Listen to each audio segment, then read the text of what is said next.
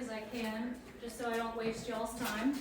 The big thing is, of course, no eating or drinking, because spills could damage the cave. But the other big thing is just for your safety, no running or jumping, because it's a little slippery down there. For that reason, I ask that everyone holds on to the hand railings. We have them everywhere in here, so just to keep y'all safe as well. And then that should be it. So if everyone wants to come down with me, you'll feel the temperature change as soon as we go down this staircase. What's that temperature? 54 degrees Fahrenheit. No correr y no saltar.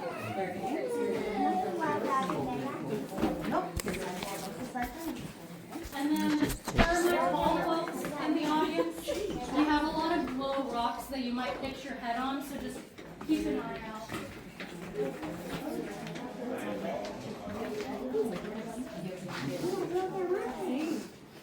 Yeah, I feel the shake.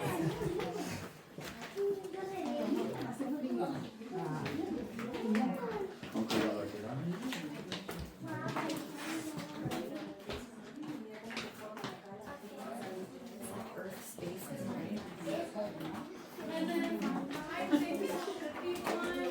Next group, I think is already making their way out. So if you want to get up here for our view, that's okay.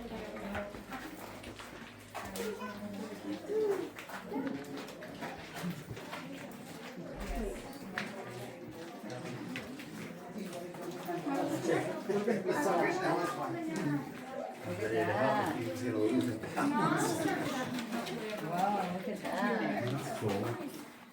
Alright, so welcome to the first room of the cave. We have a couple different pretty famous formations to see in just this first area. This guy down here is actually one of our most famous formations. He's on a lot of the postcards. You might have heard someone mention it already. It's called the ice cream cone. I guess why. It goes by many names. The original name from 1871 is the ice cream platter. They used to call this the plate, and then this was the scoop of ice cream. But more recently, they thought that was a little old-fashioned for us nowadays. So now this is the ice cream, and then this is now the cone. But, of course, you're looking at your first stalagmite, which, if you remember, a stalagmite is down on the ground, a stalactite is up top on the ceiling. If it helps you remember, the way that I was taught when I was first training is a stalagmite you might trip over, and a stalactite holds tight to the ceiling.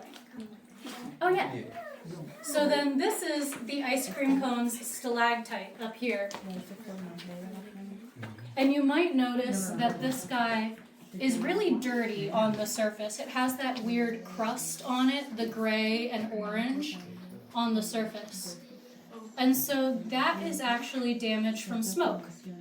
Basically, when people would come through here originally, they would have a lantern or a torch. Some people would bring their cigarettes in here. All different types of things would make smoke in the cavern, and it would cover a lot of our formations and leave this gunk, this crust behind. And so about 10 years ago, a lot of our most famous formations got cleaned by cave cleaners. They came in and scrubbed the top 1/4 inch of gunk off of a lot of them. But they actually left all that like damaged, crusty bits behind on this top one as a message to future tourists. Basically, they left all that smoke damage behind to remind us that in the future we have to try harder to take care of what we have here. So this is just a reminder of what we did in the past and what we hope to never do again. Okay. Another story, more smoke damage, but also a little bit of another problem we used to have.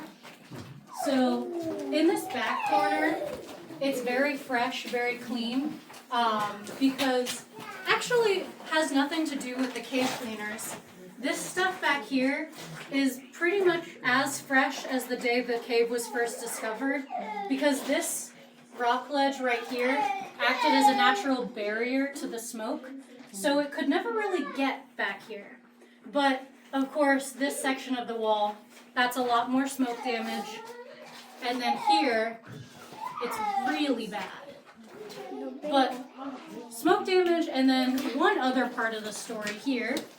So in the original version of the tour in the 1870s, they had this tradition where they used to say, if you want good luck on your tour, touch the left side of this wall. And if you want bad luck on your tour, touch the right side. And so there was about 20 years there where every day people were touching this all day long. Wow. And we have oil on our hands, right? Our hands are greasy. And so this gets covered in an oily coating, and the water is trying to come down and feed him fresh minerals. But instead of being able to soak in and leave the minerals behind, instead it just goes right over that oily coating and straight into the ground.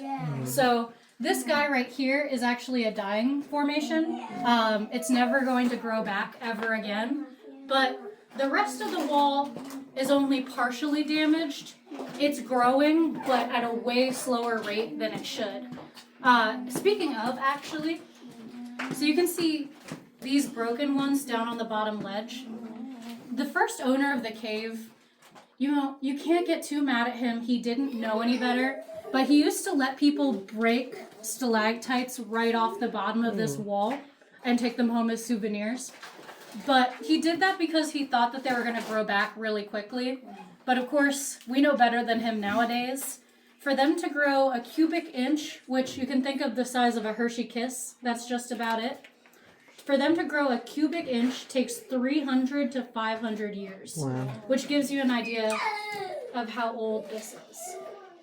Okay, so before we head to the next room, I know I said earlier, lots of low-hanging rocks all around. For your safety, the worst offenders, the ones that people hit their heads on the most, are marked with these red safety lights. So when you see those, know that that's what they're for. Can I ask question? Oh yeah, of course. I see some green stuff on the crack. Oh, What is that would that? be most likely, I would say that's moss. You'll see little bits of moss growing all around, mostly near light sources. So Oh, that's all moss, and then I think that right there also. Which there's actually the last stop we'll be on.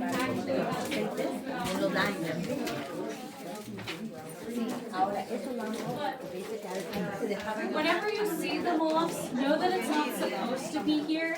It's only here because people have been walking around in here all the time.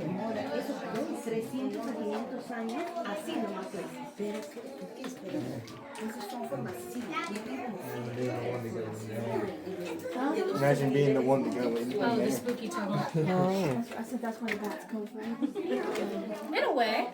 Not exactly, but kinda yes. That's Welcome to the storage room. This is the smallest room we'll be in today, so it'll be a little tight in here. But right after this, we'll have a lot more room to breathe in the next space. Okay, but I do see everyone always notices this guy first. So what's going on down there?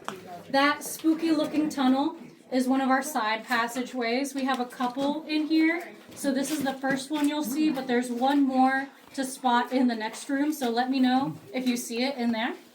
But it's pretty small down there. It's about 3 foot by 3 foot. Very tiny. I would not fit in there. I'm too tall for that. But it runs about 120 feet. It starts further away, right around the theater that we were in earlier. And then it goes, again, 120 feet all the way across. And then it ends in the back of that next room behind me. So, pretty large, but very dry down there. There's pretty much no formations because the water doesn't really travel that deep down. Mostly just sharp rocks and pebbles and stuff. Nothing too crazy. But this room is called the storage room. Named because the farmers that first discovered this cave, they noticed what we all notice, which is how cold it is in here. Again, 54 degrees Fahrenheit, no matter the season. And so in a time before refrigerators and electricity being widely available, they thought this would be a really smart place to store their extra crops. So you can kind of imagine all out on the floor, corn and beans and all that type of stuff. But of course, we know that all of these formations up above us are made by dripping water. So the water drips down onto all the crops out on the floor. Everything in here actually rotted way faster than anything stored up on dry land. So they had to kind of rework their plans for the property, and now we offer tours to the public, of course. But we do like to say, if you use your imagination, they left some of their crops behind. So you might be able to guess this guy's name. They're good for your eyes. Carrot. Yes, exactly. So we have the carrot right here, that's stalagmite, and then this group up here are named our string beans. There's some more of that moss that you can spot all around the cave up there. And then down here, we have the world's largest mushroom. You kind of see the head and the stalk right Is that there. a separate piece? Yeah, this is actually, I'm not sure what exactly would have caused this, but I believe this broke off much earlier in the cave's lifespan, and then I think this part is slightly newer because it grew over the boulder that landed on top of this down here. Yeah. But this would have fallen a long time ago because it's quite large. Oh, and for anyone in the audience that does not like vegetables, we do have some cave bacon up here, up on the ceiling in the center. Oh.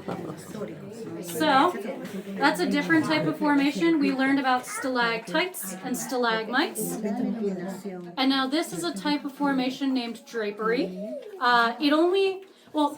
Ceilings and also sometimes walls, but mostly on the ceiling, you'll get these long curtain-like sheets that form alongside really large cracks in the ceiling or on the walls. But pretty much any inclined surface is where you'll see drapery up here. So you'll spot these all over the cave walls. So when you see that, you know that it's called drapery. Now, one thing before I head to the next room. Our next room is named the Crystal Ballroom. It used to be used for weddings and baptisms. Wow. And so one thing I like to mention before we head in there to talk about the weddings is we have this lovely lady right here. We have our very own cave angel up on the wall. And so as they would have exited the wedding service, they would always say hi to the angel on their way out. She's, in here watching over us, making sure we're safe. So if you want to say hi to her before we go talk about some weddings. One more thing to keep you safe. One more safety light up here.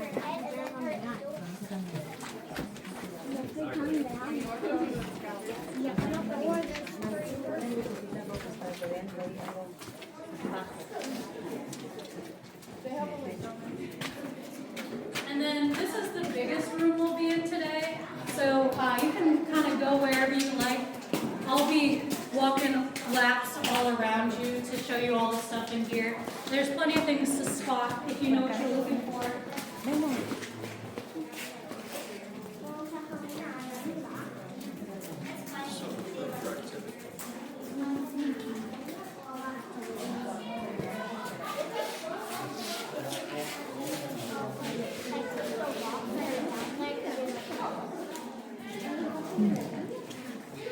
Once everyone's in here, I'll start checking. Looks like my husband is the last one. He's collecting them all. Yeah. Alright, I think that's everybody. Alright, so I think that's everybody. So, welcome to the Crystal Ballroom. Two halves to that name. Of course, the crystal structures you can see in here. And then the ballroom, so, the weddings, the baptisms, the social dances that we used to hold in here. on the topic of the dances and weddings and all that, you can imagine at one point the floors beneath us were not yet installed. These were first installed in the early 1900s. So before they were here, people were dancing on, sharp rocks and mud. Or if they were lucky, some years they would put out wooden planks on the floor. But usually it was just rocks and mud. So of course, remember, it used to be a lot more dangerous in here.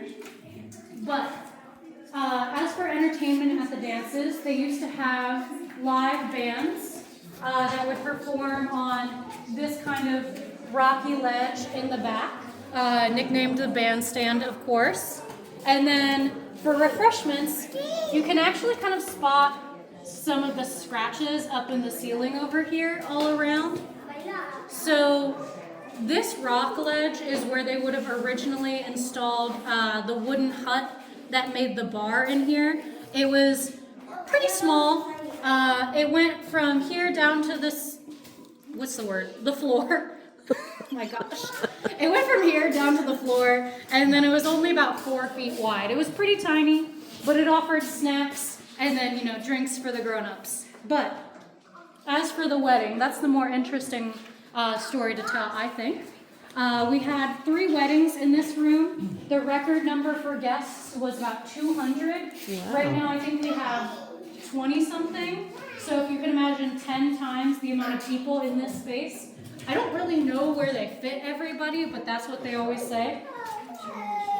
And again, 3 weddings, but the most recent one in the later 1900s was actually not officially allowed as per the owner of the cave. They kind of broke down the door and snuck in here in the middle of the night. But the first wedding in 1919 was officially allowed, and there's a pretty funny story about that one. You might remember from the video, there was that old-timey bride and groom looking very angry for some reason, and we actually know why.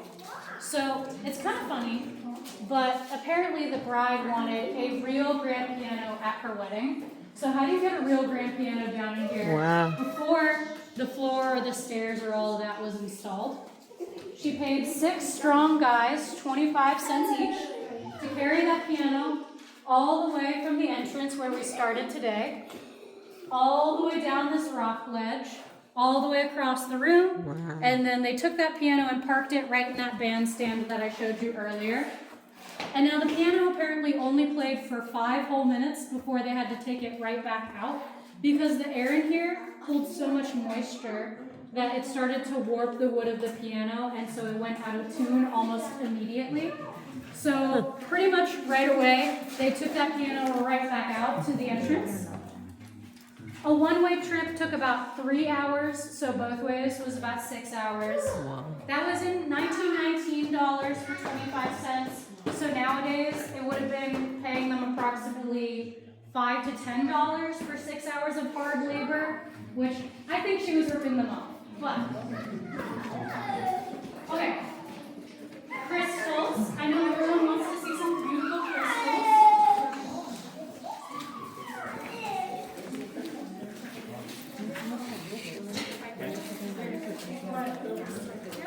Do you want to see some crystals?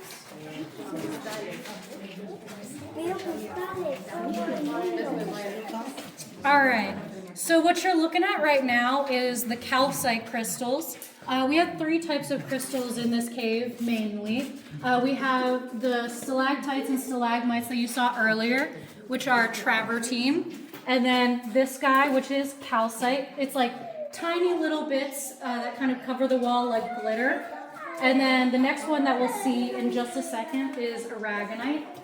And so what's cool about calcite, what is pretty unique about it, is that it hates water. It dissolves in water really, really quickly. So how do we get so much of it in a cave that's constantly dripping from the ceiling?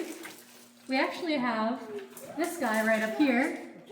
Just so happens to be in the perfect place to protect this whole chunk of wall. And so because of this rock ledge up above us, we have this huge deposit of calcite down here. So actually it's kind of funny where the first owners of the cave, when they first discovered this section of wall, they didn't really know what they were looking at, so they thought they'd found something that would make them really, really rich. And so what they did, they tore a chunk of this wall off and brought it to a local jeweler and said, "Can you identify what mineral this is?" Because they thought they'd found like diamonds or something. But when the jeweler started scrubbing the dirt off in his pan, it just dissolved into nothingness. Because again, a lot like salt and sugar, it's very sensitive to water. So that is calcite. They are the 6-sided crystal that you'll see today. And now a different one down here. This is an 8-sided crystal. Okay.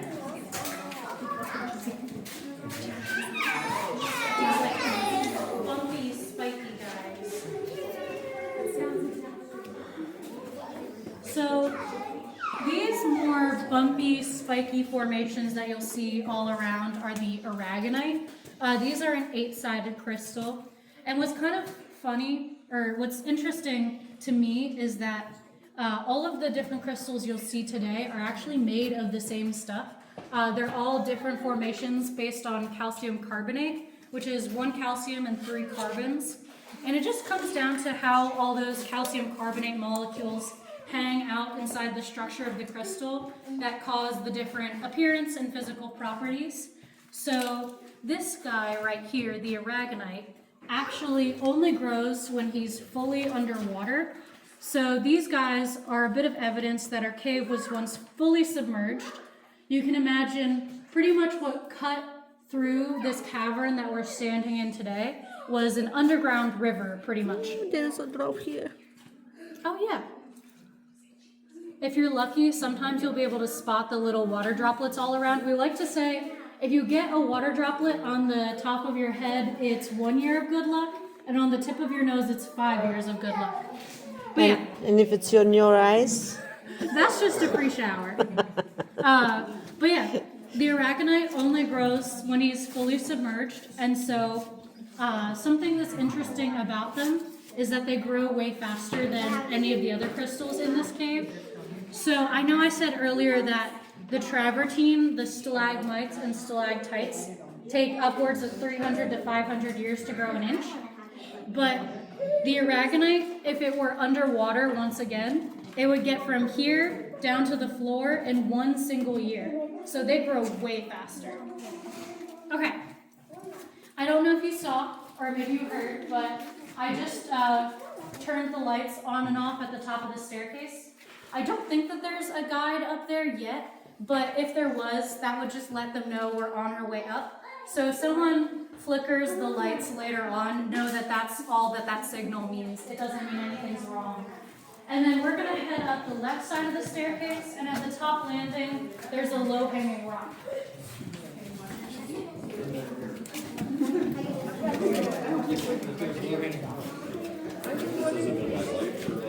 Kind of green again.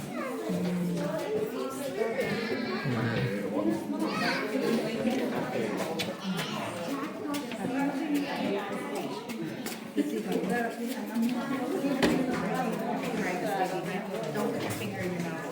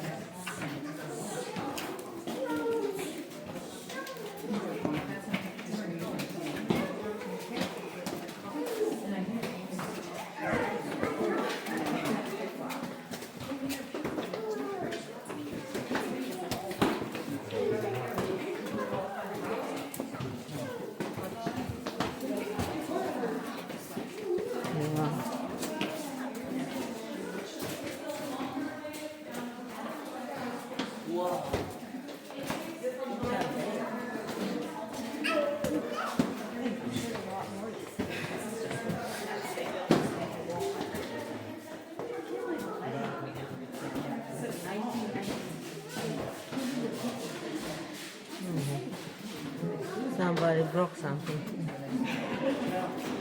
It's been here a long time. People do stuff they shouldn't do. Nature.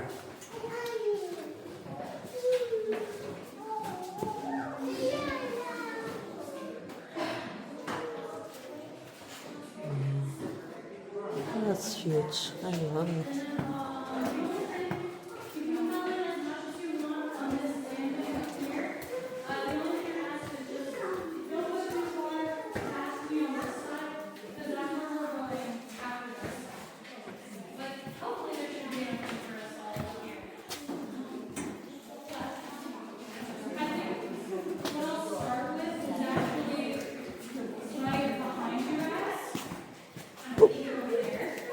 See how much green is growing.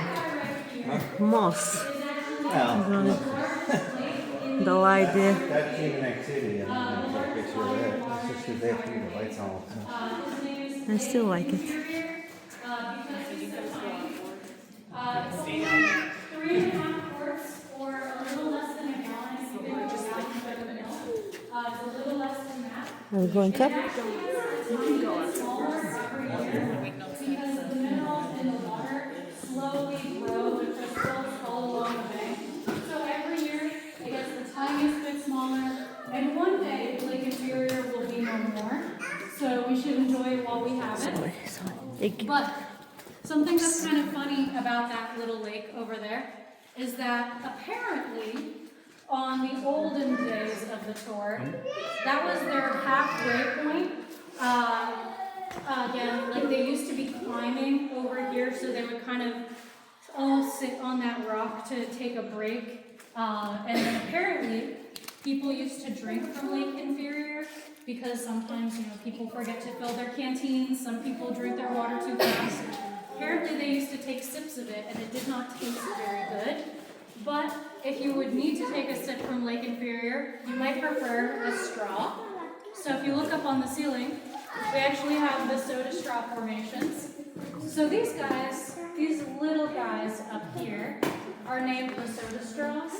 They're very young stalactites, and when they're very young, they start out hollow, and they become more solid as they grow older. So if you snap one of these guys off the ceiling, you would actually be able to suck water through it like a straw. Which, we actually have more of that inner structure down here. So I know some of you guys spotted these earlier. These are nicknamed our fried eggs down here for obvious reasons. But the story behind them is they used to be 6-inch to 8-inch tall stalagmites, but they made the unfortunate decision to cut them off because when they first put in the flooring in here, these guys were right in the middle of the walkway, and people used to trip over them every single day. And so it was in everyone's best interest to keep our tourists safe to cut these off. And so now, despite that being kind of sad for the cave, you get a really unique view into the inside structure of these crystals.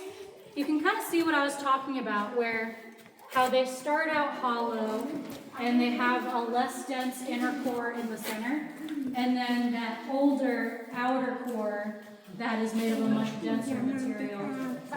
But what's kind of funny about these guys is these are actually the only formation in the whole cave that we allow visitors to touch, because, again, remember, they grow because of the water coming in from the ceiling, and the only reason they would not grow is because of the oils on our hands. We don't want them to grow back because we don't want people to trip on them again, so the oil on your hands is actually really helpful here. So if you want to, this is the only place in the whole cave where you're allowed. Yeah, you're allowed. This is the only one. But the reason why I bring it up is because when people first see the ice cream cone formation especially looks like it should be soft, like wet sand, but it's actually a really hard, really dense mineral. And then for any of my parents in the audience, we do have hand sanitizer at the end, I promise. And then as we head to the next spot, everyone can take a turn over here. And then if anyone does not want to touch the eggs, you can follow me to the next spot. It's very smooth. No, that we can clip on.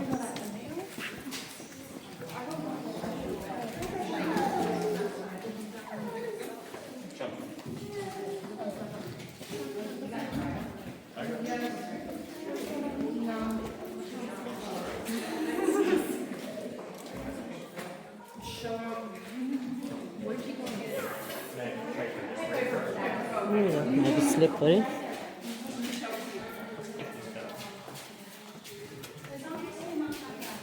Although there are some days when it's like up in the 90s or more, where it's like the change is pretty rough and makes people get headaches. But on a day like today, it's honestly fun. No.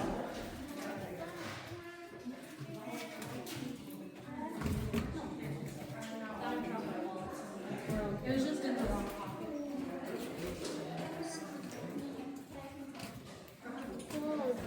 Some of them look like owls. Yeah, that definitely looks like an owl. Yeah. The brown one, The six. You see what six? White things that look like owls.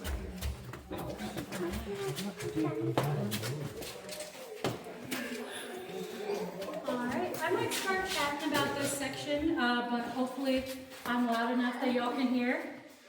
But now that we've made it across the bridge, we have arrived at Prairie Dog Island over here.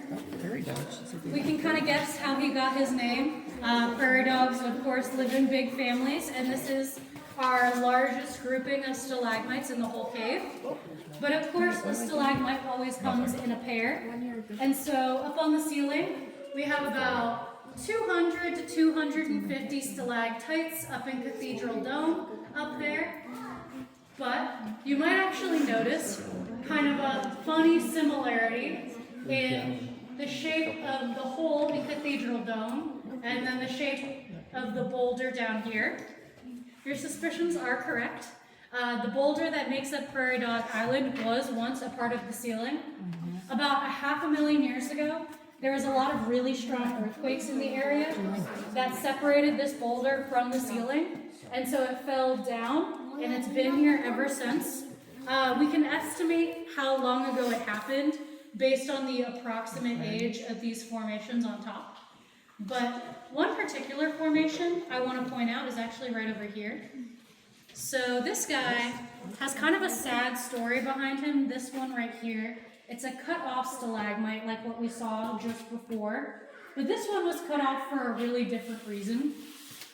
So, I know I said it's a sad story.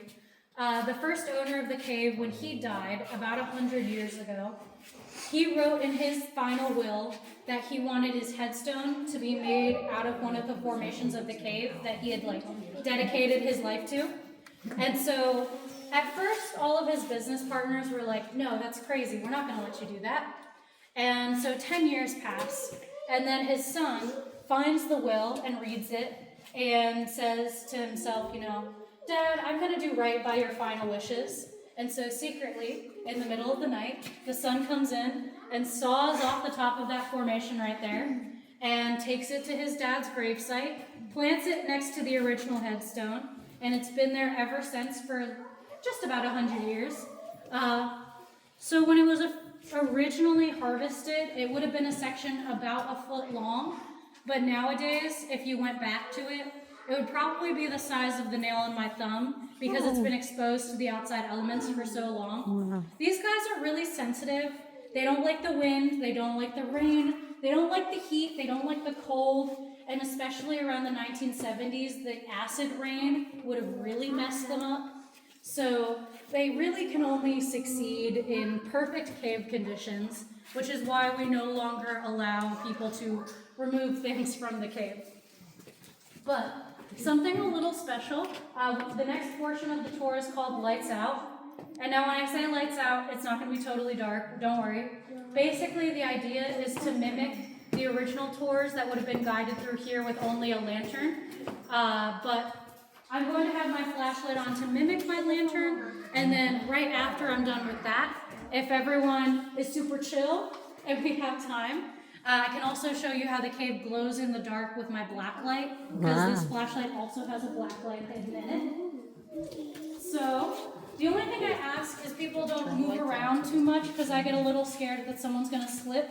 And then, if you're not a fan of the dark, I find that it helps me to hold on to the railing, so if that helps you. Okay.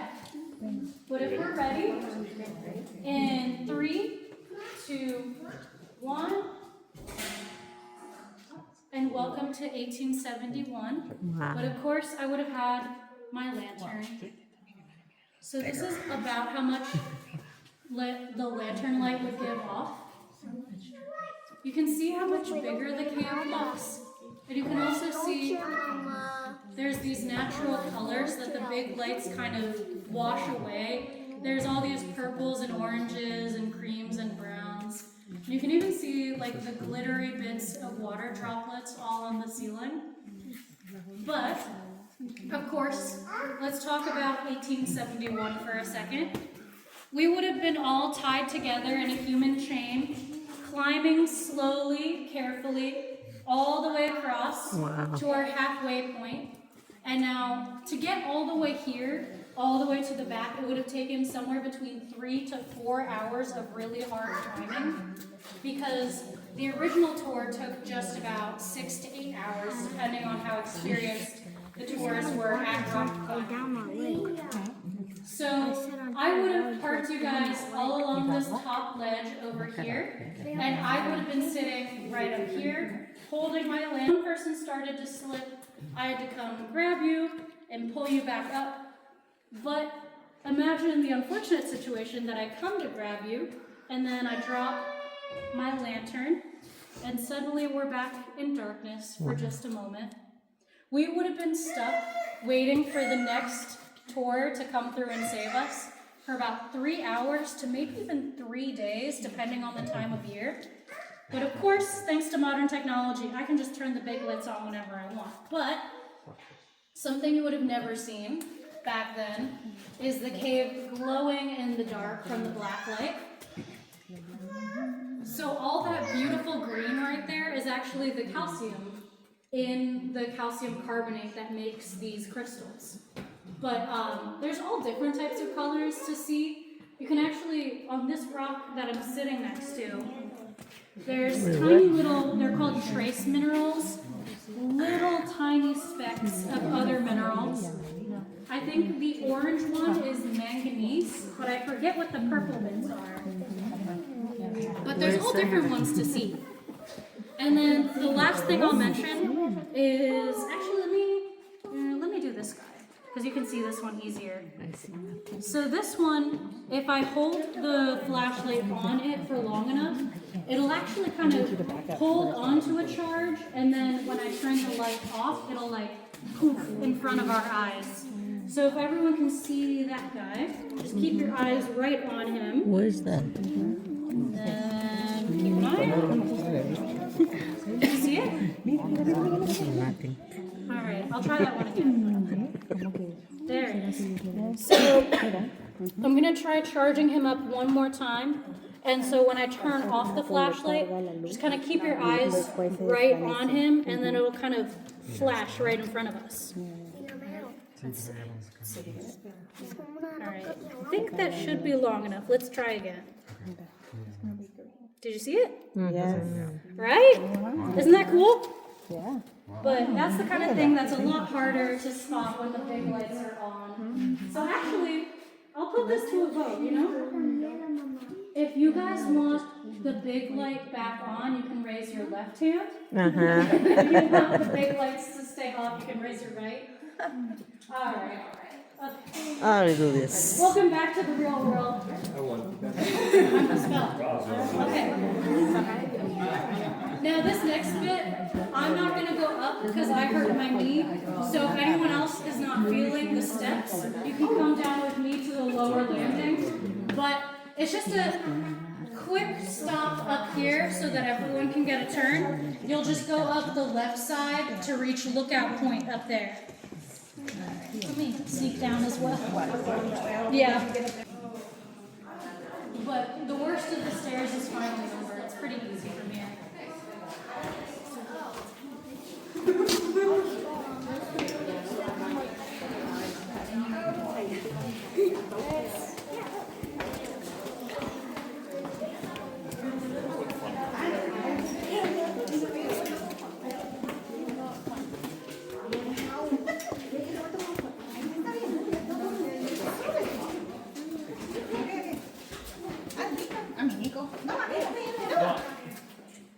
Yeah. La casa de lindo. El otro es para abajo. Quiero bajar. Oh, mira.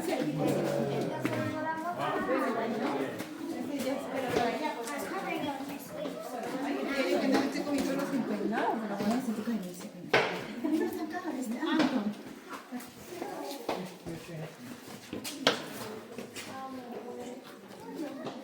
Look at that.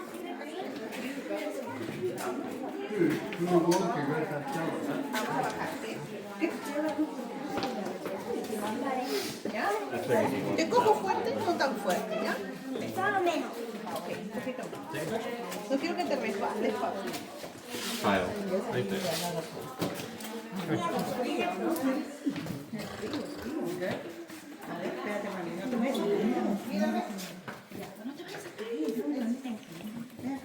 You like it okay?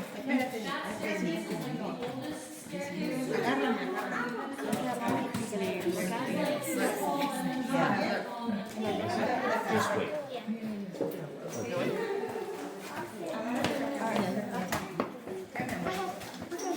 You want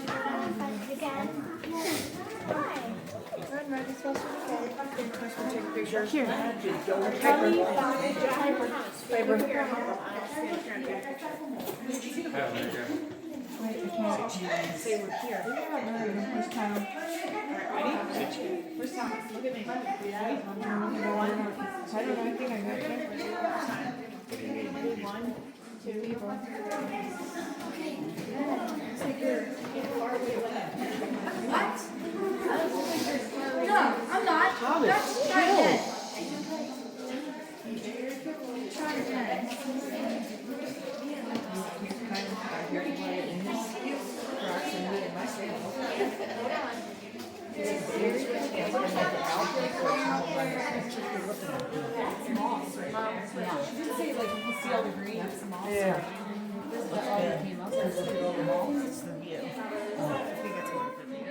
Look out, Thomas, look out. See, you can see like the whole key, everything.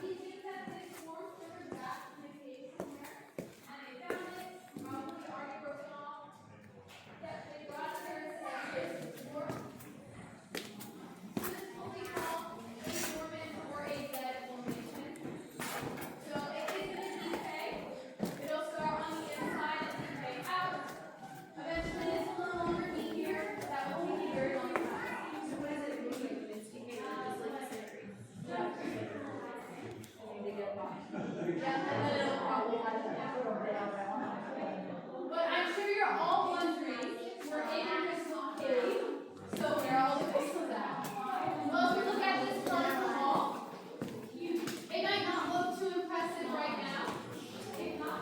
Yeah, and then if I shot my flashlight,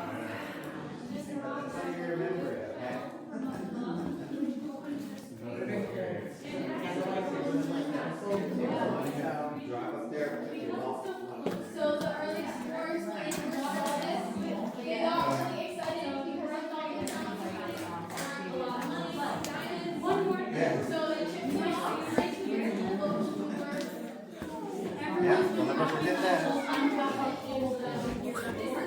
So you have this side of things. You can see this is going to outside. This puffy trace. Beautiful. Yeah. Back downstairs, took a lot of this, but On the wall. So that is different Jack. perspective. Look at that piece hanging up there.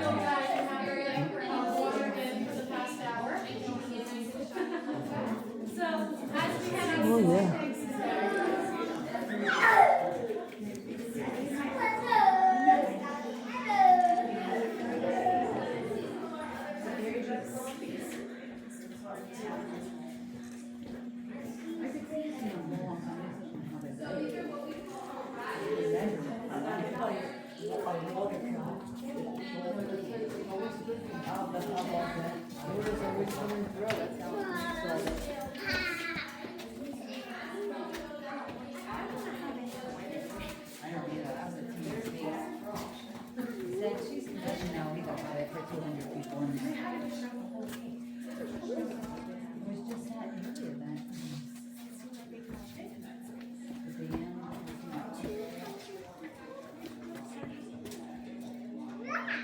That looks like facts. Yeah. That's what it Like reminds me. perception. That's what it reminds me of.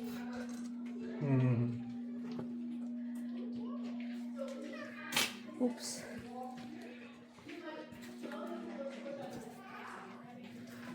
Oh my goodness.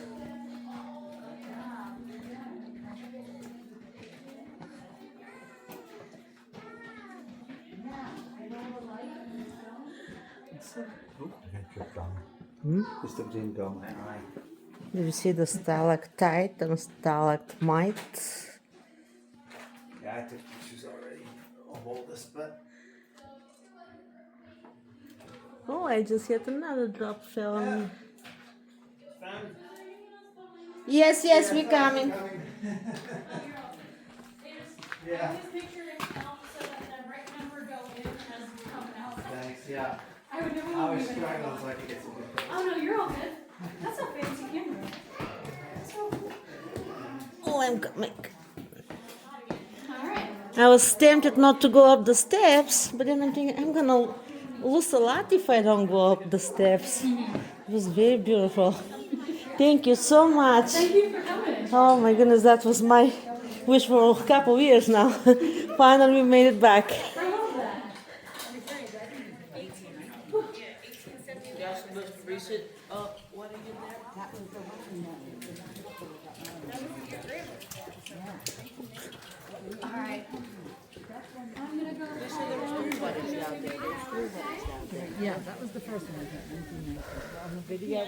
Oh, it's hot out.